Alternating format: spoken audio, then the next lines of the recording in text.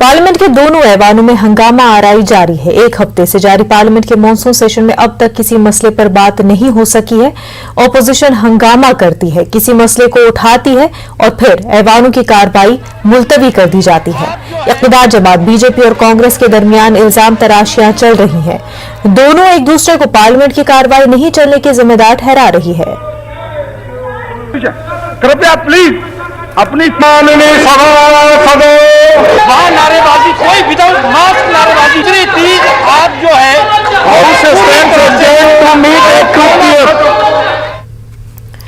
लोकसभा रुकन राजवर्धन राठौड़ ने ये कहा कि कांग्रेस की पुरानी आदत है, वो पार्लियामेंट को नहीं चलने देती। अगर कांग्रेस को लगता है कि उनका फोन टैप हुआ है तो वो सरकार को अपना फोन दे ताकि जांच की जाए। कांग्रेस बचकाना हरकत कर रही है। साथ ही राजवर्धन ने जासूसी मामले को सरे से निकाला है। लोकतांत्रिक सरकार है, जनता द्वारा चुनी हुई सरकार है। 2014 में और फिर 2019 में राहुल गांधी जी की पार्टी को पूरी तरह से देश ने रिजेक्ट कर दिया है। उसके बाद भी वो इस बात पे आमादा है कि लोकतंत्र सही तरह ना चले, पार्लियामेंट सही तरह ना चले। राहुल गांधी जी की पार्लियामेंट्री परफॉर्मेंस आप सब जानते हैं। मॉनसून सत्र में वो विदेश घूमने जाते हैं, इस बार नहीं जा पाए, लेकिन उनकी इकलौती एक स्ट्रैटेजी ये रहती है कि किसी भी कारणवश से, चाहे वो कारण पैदा करना पड़े, मैन्युफैक्चर करना पड़े, पार्लियामेंट को न चलने दिया जाए। 2015 में नेशनल हेराल्ड को हाईकोर्ट ने रिलीफ नहीं दी तो राहुल गांधी जी ने पार्लियामेंट को नहीं चलने दिया। कांग्रेस लीडर आनंद शर्मा ने कहा कि बीजेपी जानबूझकर किसी मसले पर बात नहीं करना चाहती है, इसलिए पार्लियामेंट की कार्रवाई में रखना पड़ रहा है। कांग्रेस नेता आनंद शर्मा, सर दूसरा हफ्ता चल रहा है, संसद नहीं चल रहा, आप कह रहे हैं कि सरकार नहीं चलने दे रही है। सरकार चर्चा के लिए तैयार हो, जांच के लिए तैयार हो। सदन इसलिए नहीं बुलाया जाता केवल सरकार के बिल पारित होंगे, वो भी तरीका गलत है। सरकार की जवाबदेही भारत की जनता को संसद के माध्यम से है। सरकार उसके लिए तैयार हो, विपक्ष चर्चा के लिए तैयार है। जो बिल भी आते हैं उस पर भी पूरी चर्चा होनी चाहिए, उनकी जांच भी परख होनी चाहिए। इसीलिए हम कहते हैं स्टैंडिंग कमेटी या सेलेक्ट कमेटी को बिल जाने चाहिए। ये सरकार ने ऐसा रवैया अपनाया है कि केवल 11% जो नए कानून बन रहे हैं, नए बिल आते हैं, उनको कोई जांच परख होती है, बाकी सीधे पास करते हैं। तो ये बुनियादी इशू है, यहाँ जनता के विषय हैं, ज्वलंत समस्याएं हैं, महंगाई है, कीमतें चढ़ रही हैं, बेरोजगारी बढ़ रही है, वो चीजें हम विषय उठाना चाहते हैं। लेकिन सरकार तो ये आरोप लगा रही है सीधे सीधे कि विपक्ष ही नहीं चलना देता, हम तो चर्चा के लिए तैयार हैं। सरकार का आरोप बेबुनियाद है। जांच सरकार को करानी है, चर्चा सही माने में हो, नियमों के अनुसार हो, वो सरकार की जिम्मेवारी। सदन चलेगा सर? सरकार को जिम्मेवारी बनती है। सदन तब चलता है जब सरकार गंभीर होती है। तो आनंद शर्मा साहब कह रहे हैं कि सरकार को सदन चलाना है और सदन तब चलता है जब सरकार गंभीर होती है।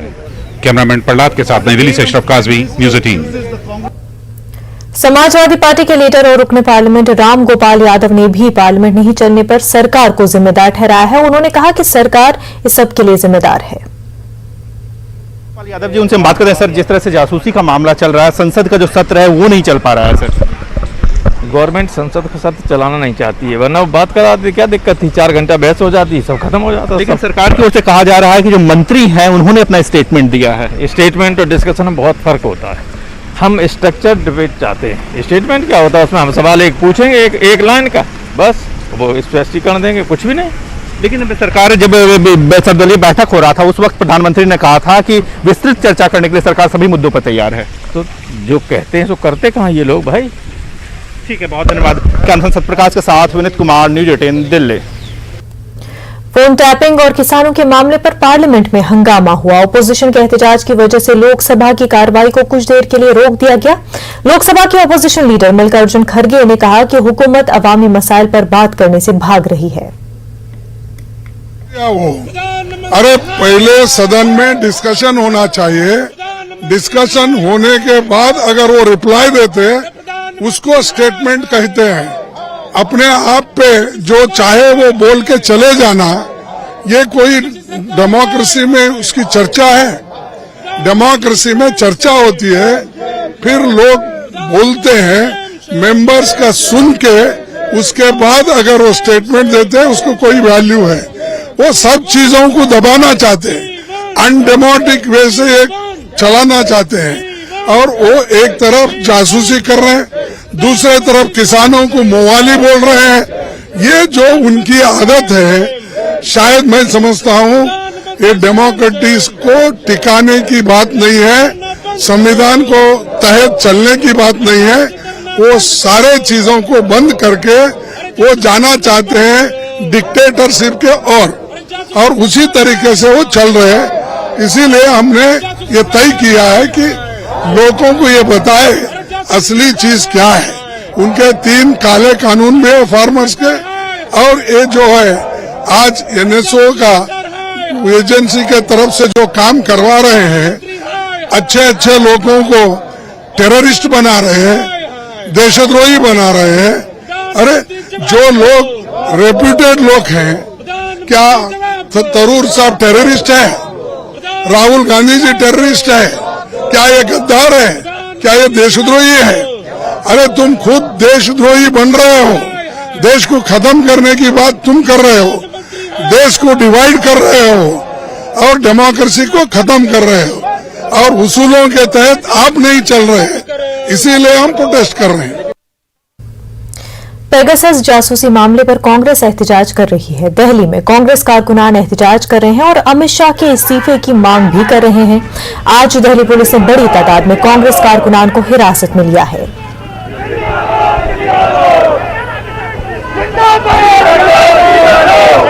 पेगासस जासूसी मामले पर कांग्रेस कार्यकर्ता यहां अमित शाह के इस्तीफे की मांग कर रहे हैं। 2 बैरिकेड सोनहरी बाग के तोड़कर आया, पुलिस ने बामुश्किल यहां पर इनको रोका है।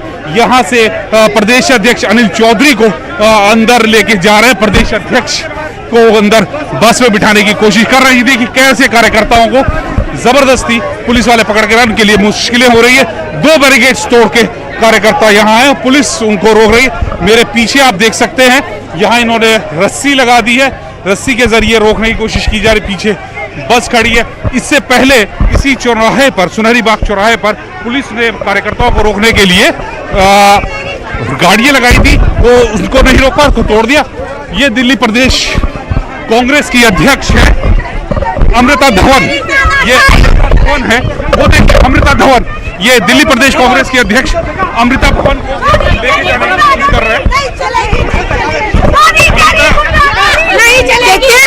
लोकतंत्र में प्रदर्शन करने का अधिकार सबको है। सरकार लगातार जासूसी कर रही है राहुल गांधी के ऊपर और अन्य लोगों के ऊपर।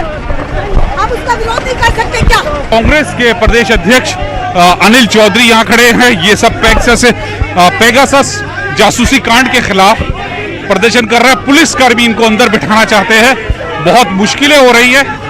राहुल गांधी जी को जासूसी दर्शाती है कि ऐसे सबूत, ऐसे परिवार के, गांधी परिवार के बच्चे के ऊपर, नेता के ऊपर जासूसी कराना दिखाता है कि कितने डरते हैं ये लोग। आरएसएस के ये लोग अंग्रेजों के टाइम में भी डरते थे, आज भी डरते हैं, लेकिन कांग्रेस ही डरेगा नहीं। मैं कहना चाहता हूँ, यही हमारी इस्तीफे की मांग है, यही मांग लेकर के आज हम गृहमंत्री के पास आए थे, और इसका जवाब देश को देना होगा। आज नहीं तो कल देना होगा, नहीं तो जनता इसका जवाब देगी। दिल्ली के जंतर मंतर पर किसानों का एहतजाज जारी है। पार्लियामेंट के मॉनसून सेशन के साथ ही किसानों की मीटिंग भी हो रही है। किसान ज़रूरी क़वानीन की मनसूखी का मुतालबा कर रहे हैं। पर किसानों का काफिला पहुंच चुका है और अगले कुछ ही पल में यहां पर किसान संसद की जो कार्रवाई है वो शुरू हो जाएगी। आपको बता दूं कि बकायदा यहां पर एक स्पीकर, एक डिप्टी स्पीकर नियुक्त किया जाता है और तमाम किसान एक सांसद की भूमिका में होते हैं और किसानों का मुद्दा यहां पर उजागर किया जाता है। आपको बता दूं कि यहां से कुछ ही दूर पर संसद भवन है जहां पर देश की संसद चल रही है, तो वहीं दूसरी तरफ किसानों की संसद यहां पर चल रही है और तमाम लोग अपने मुद्दों को लेकर यहाँ पर आए हैं। बात करना चाहेंगे सर, किसान संसद यहाँ पे चल रही है जो कि पूरी तरीके से संसद की तरह है। क्या लगता है आपको आज क्या मुद्दे उठाए जाएंगे और किस तरीके से आपके मुद्दे सरकार तक पहुँच पाएंगे? जरूरी वस्तें सेशन कोर्ट्स एक्ट में अब मुद्दे उठाए जाएंगे। कल हमारी लेडीज सेक्शन था, आज जेंट सेक्शन है, उसी मुद्दे पे ऊपर आज फिर डिस्कशन की जाएगी और सरकार को बताया जाएगा ये मुद्दे पर, ये लॉ पर हम क्यों एजिटेशन कर रहे हैं, क्यों इसको जो अमेंडमेंट की हुई है इसके वापस लेने की बात कर रहे हैं। एक एक बिंदु पर आज बात की जाएगी। और क्या लगता है आपको, जिस तरीके से बातचीत का जो सिलसिला बंद हो गया है, लगता है आपको अब तो आप लोग काफी नजदीक हैं, दिल्ली में है, सरकार दिल्ली में है, क्या बातचीत होनी चाहिए? को डेमोक्रेटिकली जो भी पीसफुल एक्शन हो सकता था, ये बेस्ट पीसफुल एक्शन वर्ल्ड में माना जा रहा है जो पैरेलल वॉक पार्लियामेंट लगाई है। अगर इसके बाद भी सरकार नहीं करती तो सरकार डेमोक्रेसी से बाहर जा रही है, हम डेमोक्रेसी से बाहर नहीं जा रहे। 8 महीने हो गए हैं, क्या लगता है और कितना लंबा बातचीत कब होगी? महीने को नहीं, हम तो साल भी लग सकते तब भी करेंगे बातचीत। तो आज ही हमें इन्विटेशन आज ही हम तैयार करने को तैयार है, लेकिन बातचीत करने का तरीका तो होता है। जब 22 जनवरी को जहां टूटी थी वहां से शुरू करने जाते हैं कि आप अमेंडमेंट ले आओ, आगे एक पैर भी आगे नहीं खिसकरी। जब इतना बीजेपी का total national level international level का मूवमेंट बन गया है और ये जो डेमोक्रेसी का हमने तरीका दिखाया है वर्ल्ड लेवल पर है कि पैरेलल संसद चल रहा है, इसके बावजूद भी एग्रीकल्चर मिनिस्टर, होम मिनिस्टर खास तौर पर और प्राइम मिनिस्टर के कान पर जूं नहीं सिर करी, तो इसका मतलब है कि जो किसानों को है उनको विदेशी वगैरह समझ रहे हैं और नहीं बात कर रहे हैं। बिल्कुल बातचीत होनी चाहिए और इसी के इंतजार में सब लोग यहाँ बैठे हैं। ये मुद्दा अंतर्राष्ट्रीय मुद्दा हो चुका है, क्योंकि देश में एक तरफ देश की संसद चल रही है तो वहीं कुछ दूर पर किसानों की भी संसद चल रही है, मगर बातचीत का सिलसिला अभी भी थमा हुआ है। अब देखना ये होगा कि क्या किसानों की बातचीत दोबारा सरकार से होती है और किसानों की मांगे क्या हल हो पाएंगे, दिखने वाली बात होगी। कायपसंद मुनमुन के साथ मैं रवि मिश्रा, न्यूज़ 18 नई दिल्ली। ब्रेक के बाद आपका खैर मकदम है नाज़रीन। इस वक्त एक बड़ी खबर सामने आ रही है। आपको बता दें कंगना रनौत को अदालत में पेश होने का हुक्म दिया गया है। 1 सितंबर को अदालत में पेश होने का कंगना रनौत को हुक्म दिया गया है। अदालत में पेश न होने की सूरत में वारंट जारी किया जाएगा। अंधेरी कोर्ट ने हक के इज्जत मामले में ये हुक्म जारी किया है। नगमा निगार जावेद अख्तर ने हक के इज्जत का मुकदमा दायर किया है और इसी हवाले से 1 सितंबर को अदालत में पेश होने का कंगना रनौत को हुक्म दिया गया है। पेश नहीं होने की सूरत में कंगना रनौत के खिलाफ वारंट जारी किया जाएगा।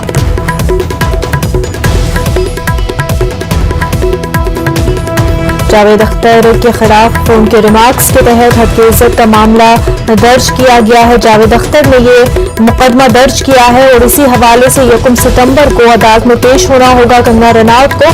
पेश नहीं होने की सूरत में कंगना रनौत के खिलाफ वारंट जारी किया जाएगा।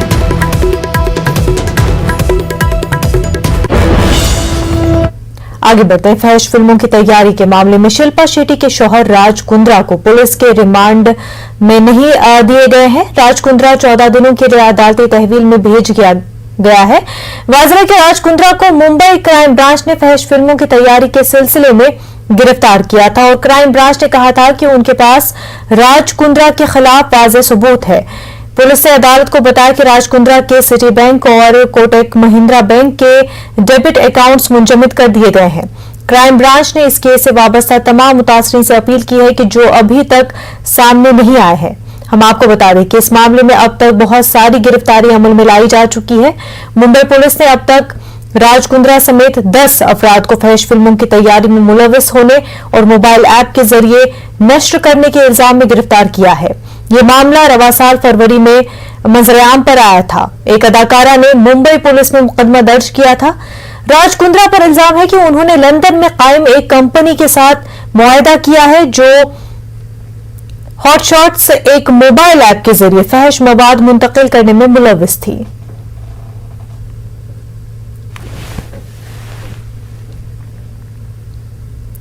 श्रीनगर के बुलबुलांकर इलाके में गोली लगने से एक नौजवान की मौत हो गई है। महलूक की शिनाख्त सफा कदल के रहने वाले मेहरान अली पठान के तौर पर हुई है।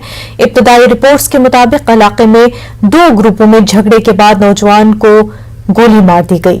गोली लगने से मेहरान अली शदीद जख्मी हो गए थे और अस्पताल ले जाने के दौरान उन्होंने दम तोड़ दिया। पुलिस ने इलाके का मुहासरा कर लिया, जांच शुरू कर दी है।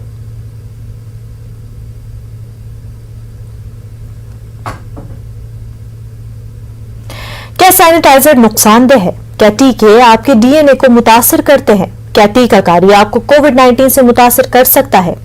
क्या ये कुछ सवाल आपके ख्याल में आते हैं? खैर, अब एक जगह है जहां पर आपको सभी सवालों का जवाब मिल जाएगा, और ये सब आपके फोन पर। नेटवर्क 18 और फेडरल बैंक की कौमी सतह की टीकाकारी से मुतल्लिक बेदारी मुहिम के तहत कोविड-19 के खिलाफ संजीवनी और short of life Sanjeevani WhatsApp helpline शुरू की गई है। आपको बस 7977773753 पर व्हाट्सएप करना है और आपको उसी वक्त आपके सवाल का जवाब मिल जाएगा। जानकारी जिसे जांच और क्रॉस चेक किया गया है, तो आगे बढ़े, कोविड-19 पर अपने सवालों को व्हाट्सएप करें और अपनी जरूरत की सभी जानकारी हासिल करें। नंबर है 7977773753।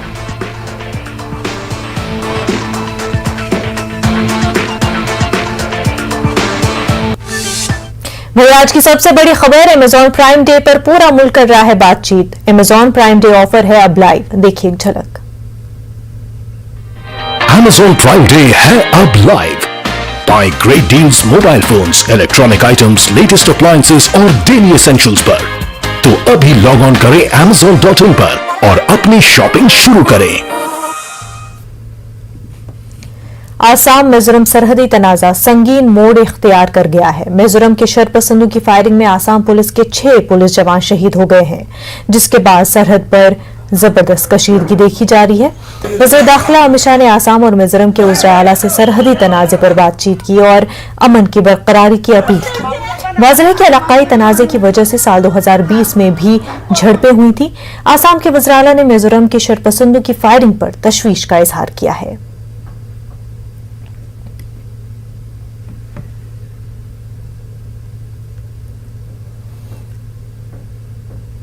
Between two states, it is not between two political parties. I have told in the meeting that Assam is ready to give anything for peace in the northeast.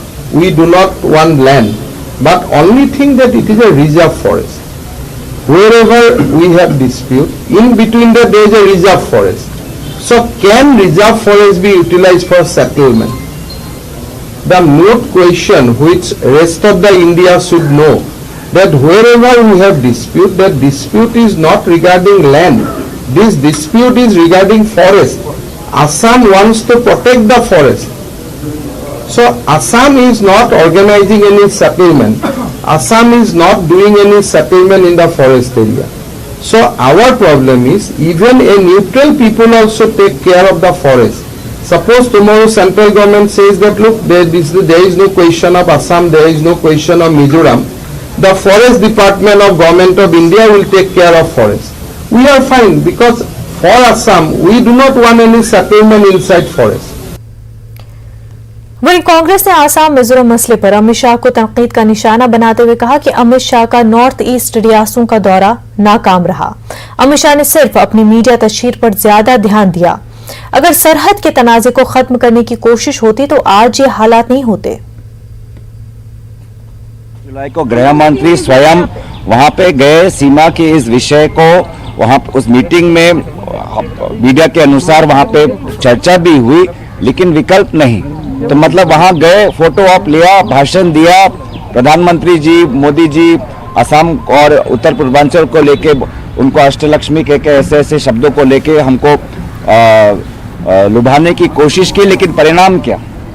और इसलिए गृह मंत्री और दोनों राज्य सरकारों को जिम्मेदारी लेने की जरूरत है। खास करके कोरोना वबा के दौरान बाहमी इमदाद और इन्हिसार का जज्बा मुस्तहकम हुआ है। मुल्क इस वबा से मुत्तहिद होकर मुकाबला कर रहा है।